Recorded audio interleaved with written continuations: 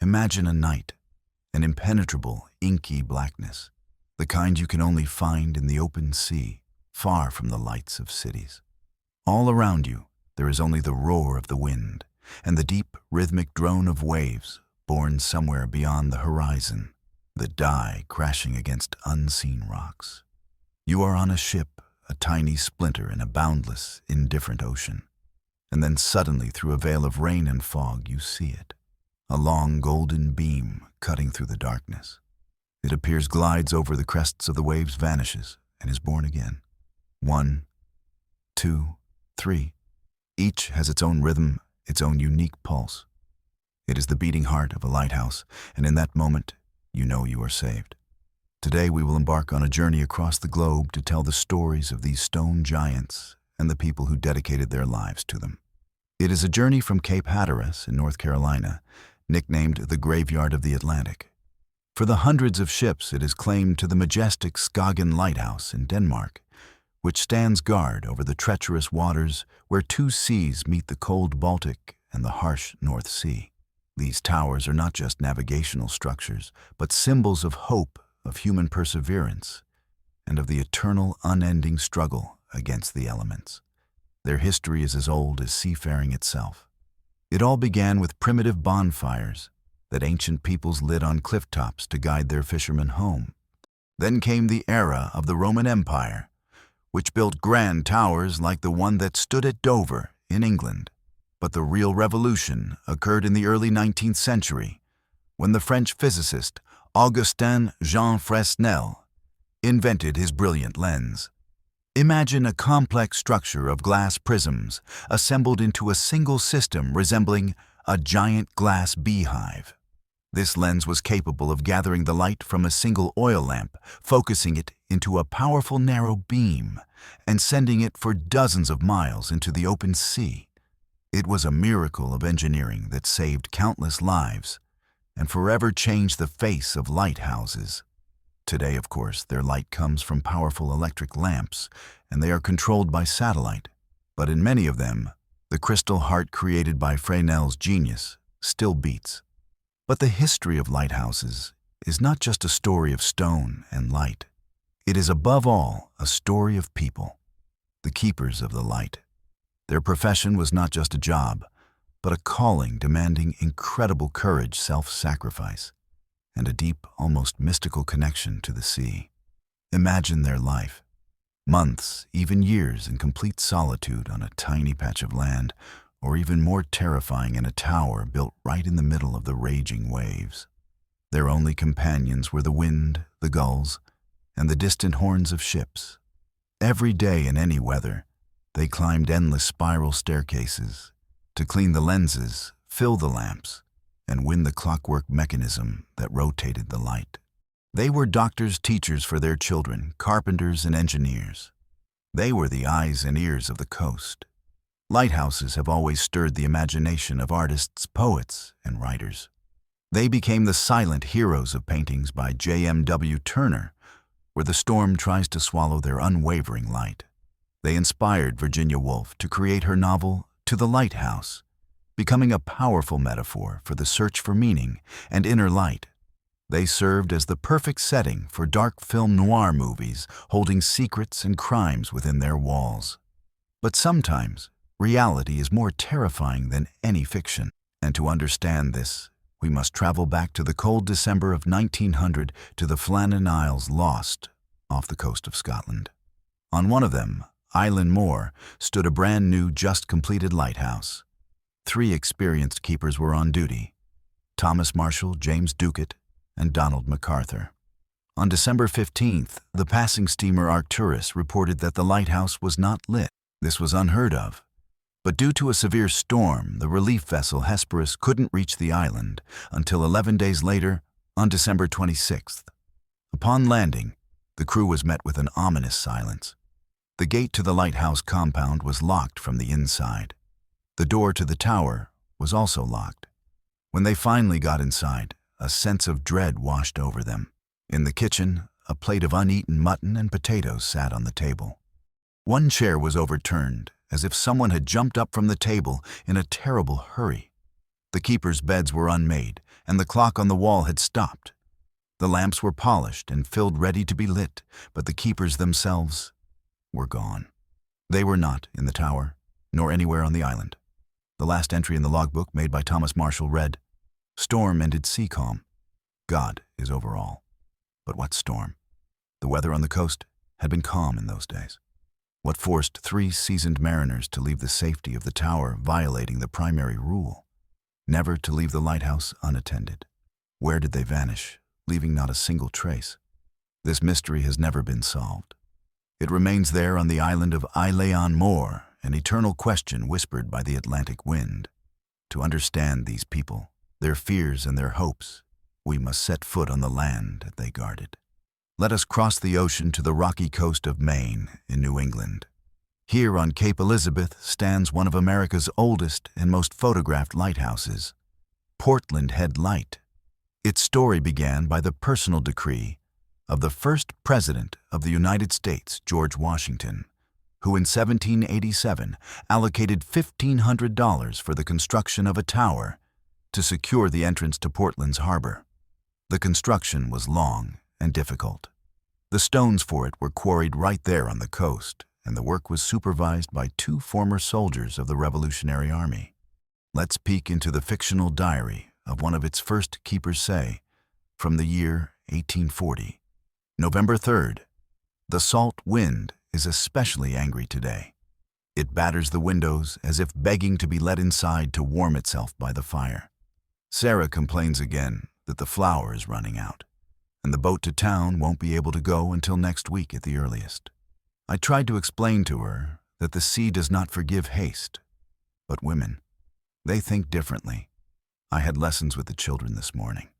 The younger one, Sam, can't seem to remember his multiplication tables, but he can read flag signals as well as I can. The older one, Mary, just stares at the horizon. She dreams of Boston, of balls and beautiful dresses.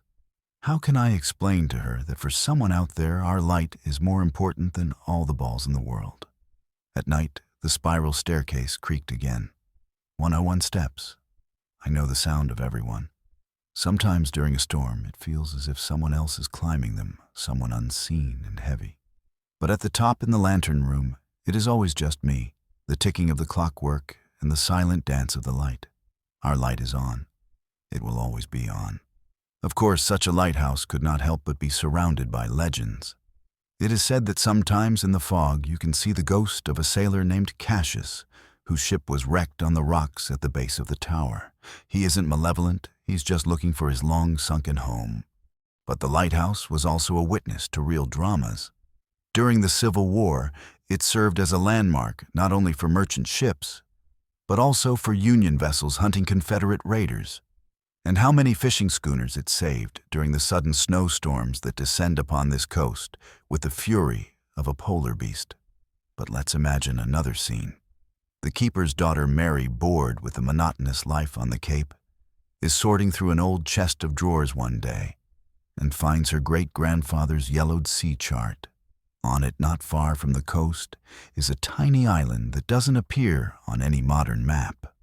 That night, when her father is on watch and the house is asleep, she goes to her bedroom window. The sea is shrouded in a thick fog that swallows even the light of their own lighthouse. And then suddenly, in the very spot where the old chart has a small cross, she sees strange pulsating lights through the fog. They don't look like the lights of a ship. They are both alluring and frightening. What secret does this phantom island hold? Now let's travel south to the Outer Banks of North Carolina.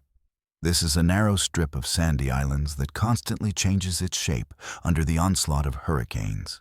Here stands another American giant, the Body Island Lighthouse, recognizable by its broad, horizontal black and white stripes.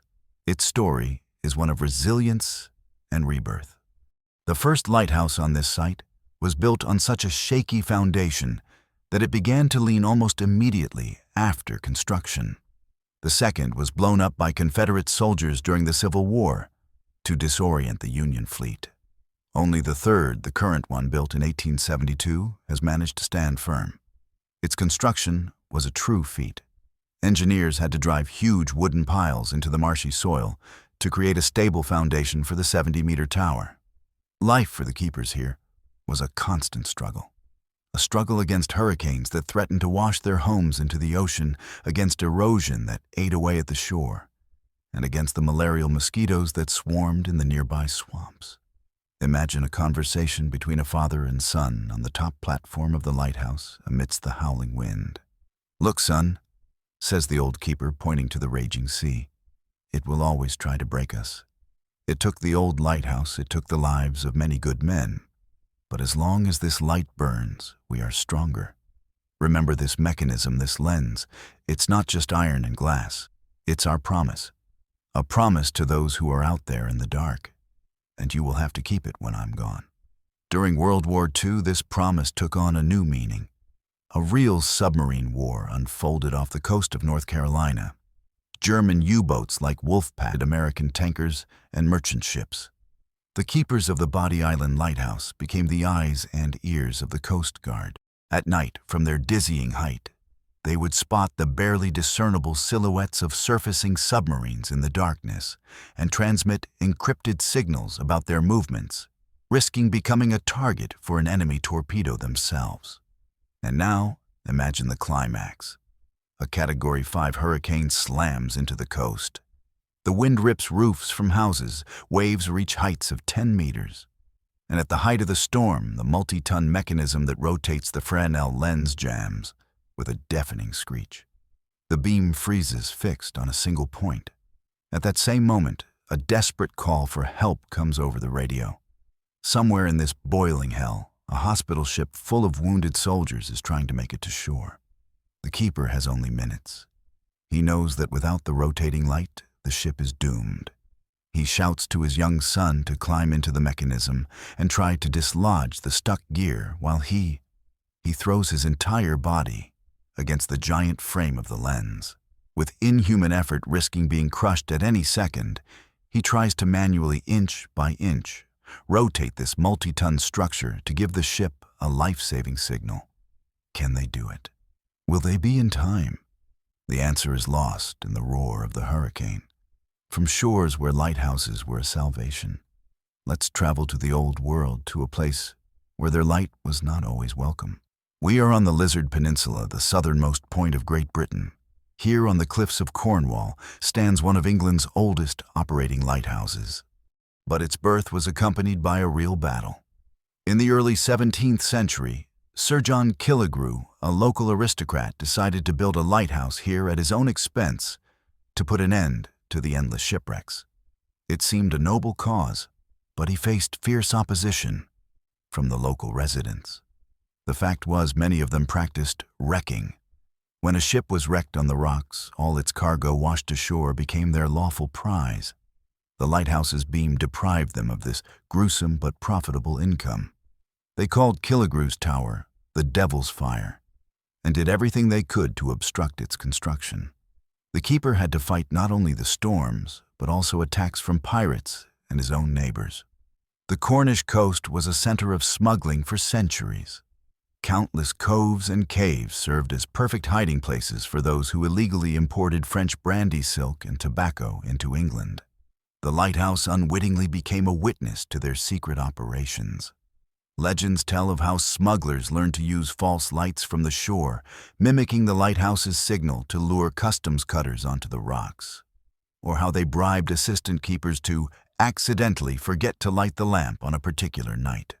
Let's imagine that in our time, the Lizard Lighthouse is undergoing restoration. Workers removing old plaster in one of the rooms discover a sealed lead box hidden in the wall. Inside, wrapped in oiled cloth, is the diary of one of the first keepers who lived in Killigrew's time, and a yellowed map. The diary is filled with bitterness and fear. The keeper writes of constant threats of shadows that roam around the tower at night. And the map shows a complex network of caves leading from the coast deep inland. Perhaps these caves hold not only old barrels of rum, but also the key to a long, unsolved crime mentioned only in whispers in the diary.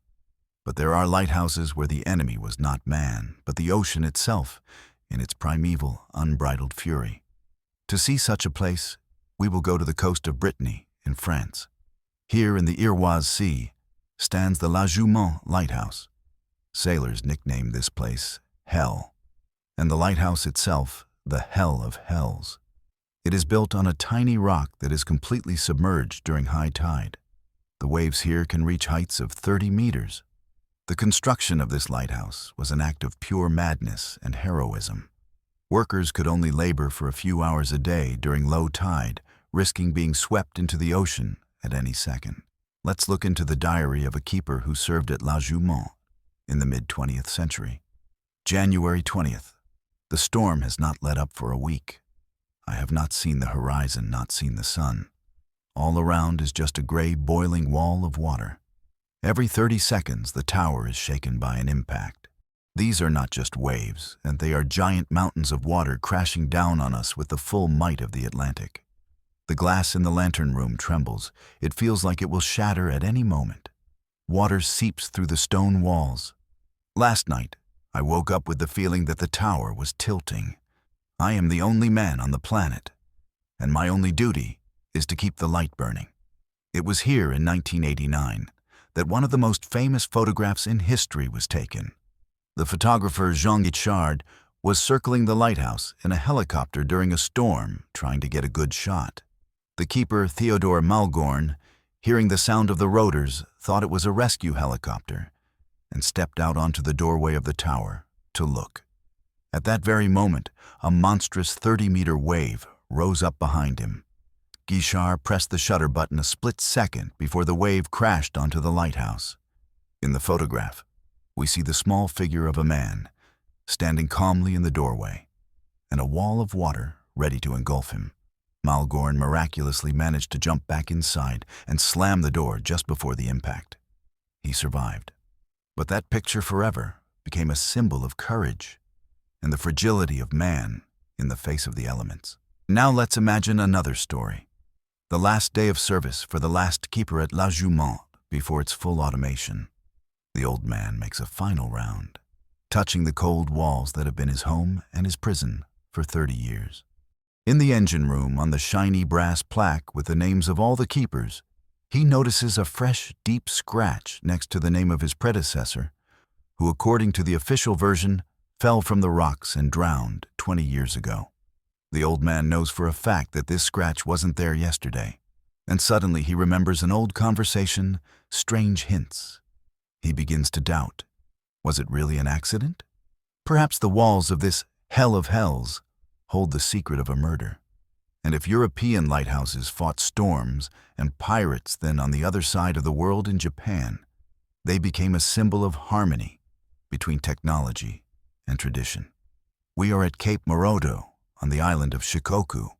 The lighthouse here was built in the late 19th century during the Meiji era, when Japan was opening up to the world.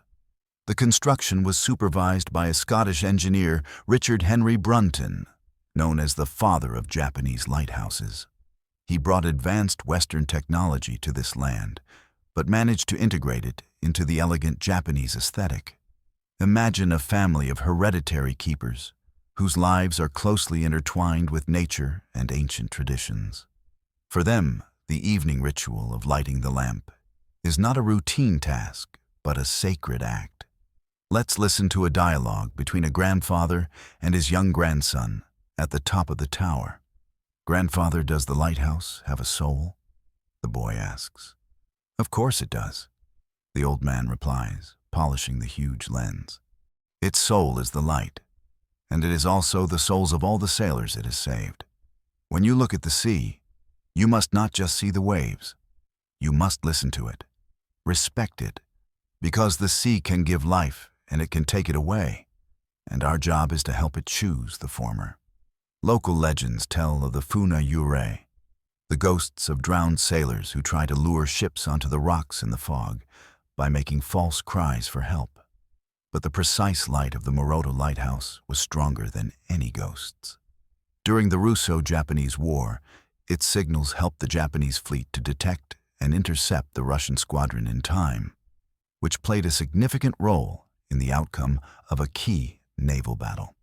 And now, let's imagine that a young assistant keeper who is a radio enthusiast notices a strange anomaly. The lighthouse beam, which should flash every 20 seconds, sometimes does so with a barely perceptible, almost undetectable delay of a fraction of a second. He checks the mechanism, its in perfect condition, and then it dawns on him. This is not a malfunction. It's a code, an encrypted message being transmitted using Morse code. But who is sending it, and to whom from the top of a government lighthouse? From modern technology, let us travel to deep antiquity to see a light that was extinguished almost 1,000 years ago. We are in Egypt, off the coast of ancient Alexandria. Here on the island of Pharos stood one of the 7 wonders of the ancient world, the lighthouse of Alexandria. Built in the 3rd century BC, it was a true marvel of engineering. Its height, according to various estimates, reached 140 meters, the height of a modern 40-story skyscraper. The grand 3-tiered tower, crowned with a statue of the god Poseidon, was visible for dozens of miles. At its summit, a fire burned day and night, its light amplified by a complex system of concave bronze mirrors. Legends claimed that this focused beam was so powerful, it could burn an enemy's ship while it was still approaching the harbor.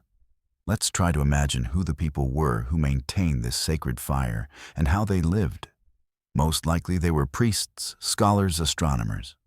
For them, serving at the lighthouse was not just a job, but a great honor. They were the keepers of the flame in the very heart of Alexandria, the richest and most cosmopolitan port of the ancient world. But nothing is eternal.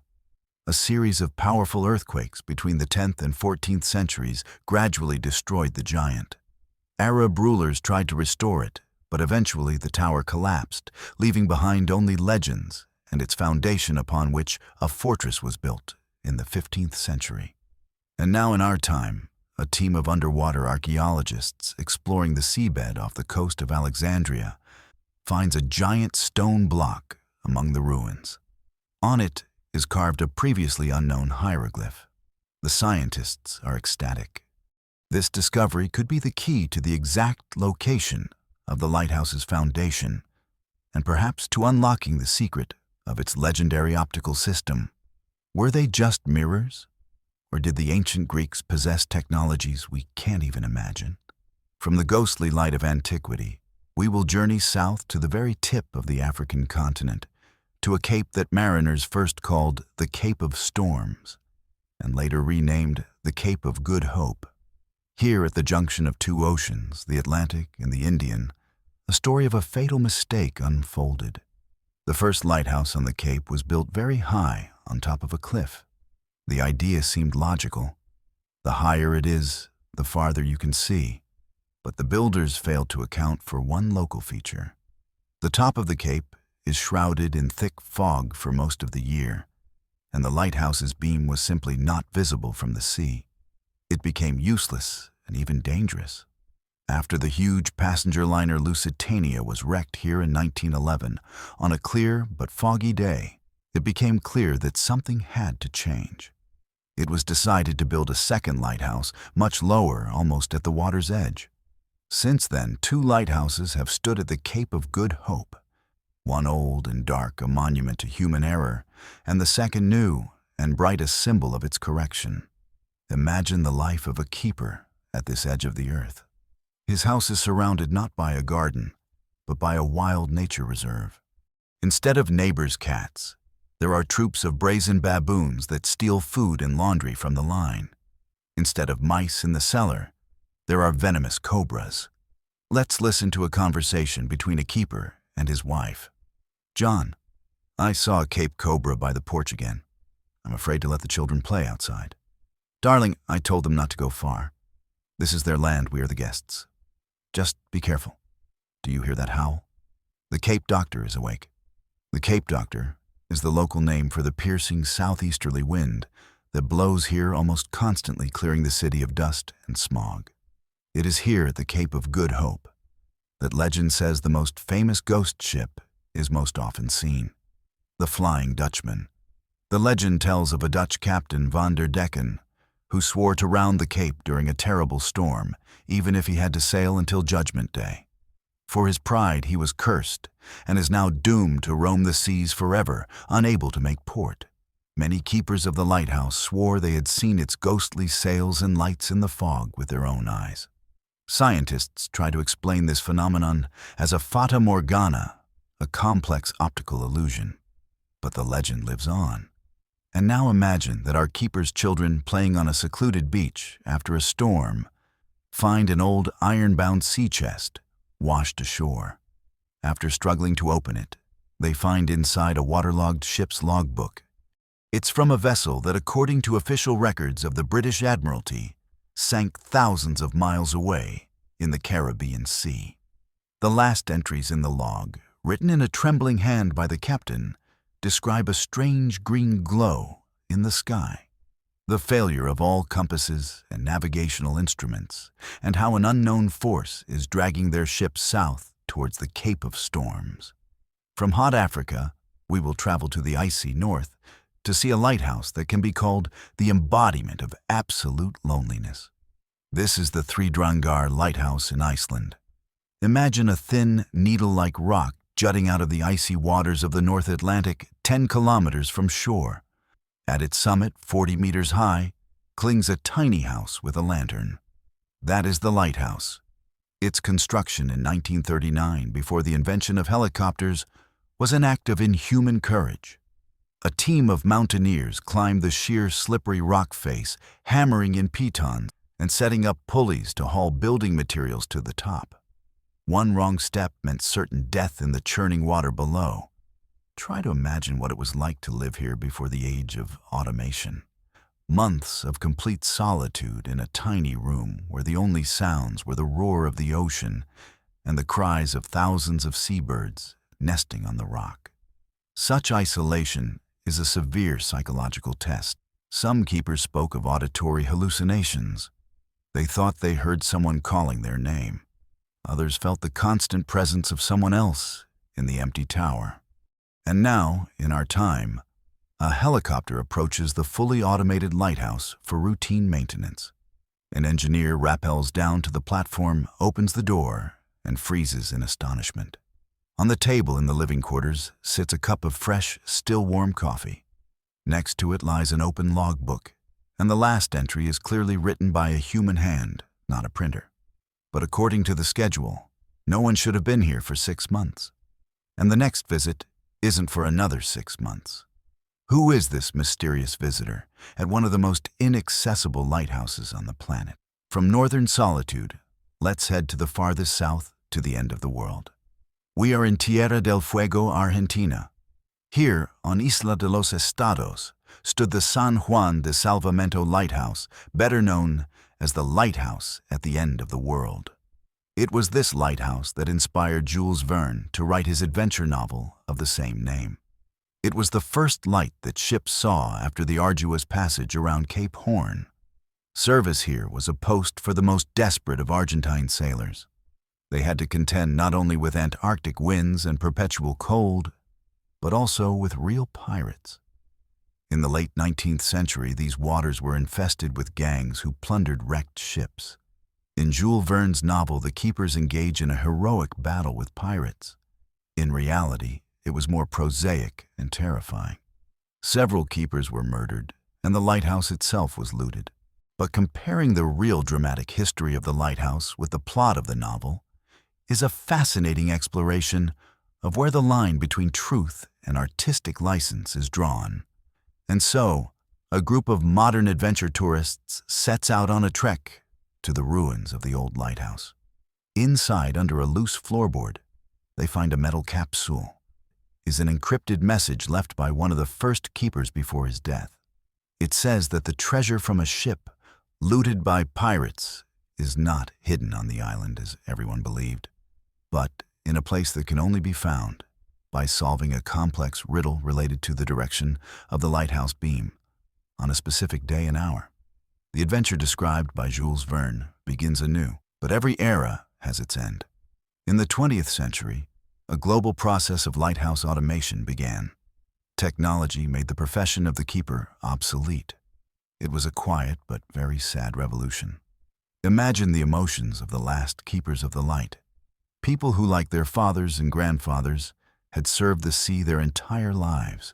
And then came the day when they climbed the familiar steps for the last time, extinguished the living kerosene lamp for the last time, and handed the keys over to engineers who would install soulless automatic equipment. Their farewell entries in the logbooks are full of bitterness and love. "Today my light has gone out," one of them wrote, "but I hope the new light will serve as faithfully as mine did. Farewell, my stone friend. I will miss your voice in the storm." But the old towers did not die. They began a new life. Many of them were turned into museums where you can touch history. Others became unique hotels for those seeking solitude. Some were bought by private individuals and converted into their homes. And some now house scientific stations for observing birds or the weather. Thanks to enthusiasts and maritime heritage societies, these beautiful structures have not fallen into ruin. The light continues to burn. Yes, now it is automatic, cold, and soulless. It lacks the warmth of a keeper's hands, but it still serves mariners, still points the way in the darkness. But more importantly, lighthouses have retained their symbolic role. They remain for us as guiding stars, symbols of reliability, of devotion to duty, and of steadfastness in our ever-changing and unpredictable world. Our journey is coming to an end.